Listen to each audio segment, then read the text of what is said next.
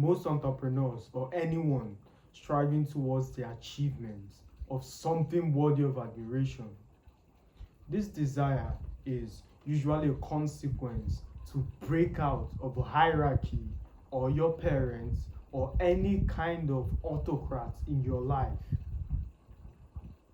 One of the traits associated with this character is the mindset of independence. And I've taught you countlessly in this house. The micro leads to the macro. How you do the small things leads to how you do the big things.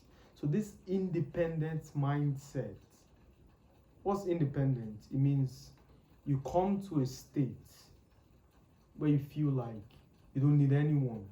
You can do it all yourself. That independent mindset spills into your day-to-day life.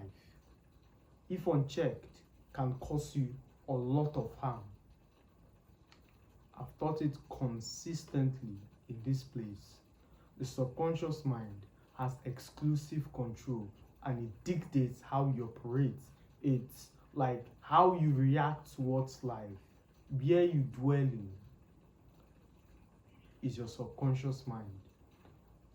For instance, every single one of you would agree with me that it doesn't take conscious effort to put on your footwear.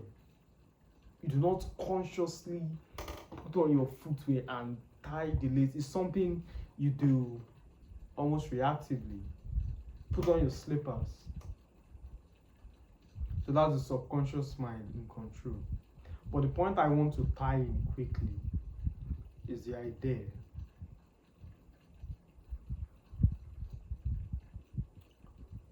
the subconscious mind, or if we pivot back the argument was this independence mindset, if unchecked, can be your unbecoming.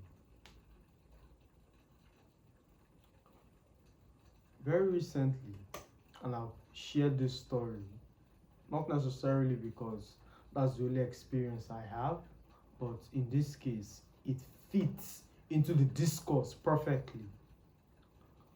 I invested in a business years ago. It didn't work out as planned. Instead of asking for help, I decided I was going to do it all by myself. So the rent amount then was $200. I reached out to a couple of friends who knew my predicament and was able to procure a loan. That's how I passed that phase of the business. Fast forward 2 years later,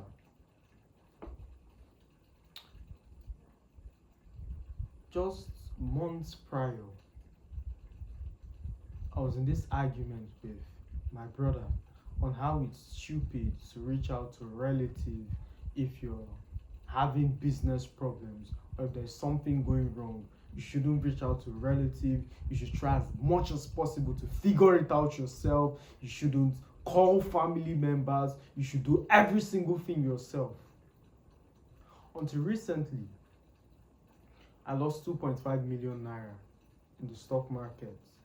And again, some wages were tied to that investment. I reached out to a relative of mine and I said, XYZ just happened. Lend me X amounts. By December 20, I've listed some shares and the broker assured me by December 20 it will be sold, of which he obliged, and I paid off the loan. Seeing this event through the lens of my previous mindset, I've come to the conclusion that what you see as that independent mindset is not necessarily independence. The independence is relative to your intellect. The first point is, just because you ask for help doesn't mean you're weak. That's the first one. The second is, it depends on how much you earn. For instance, $200, $300 was a lot of money for me back then.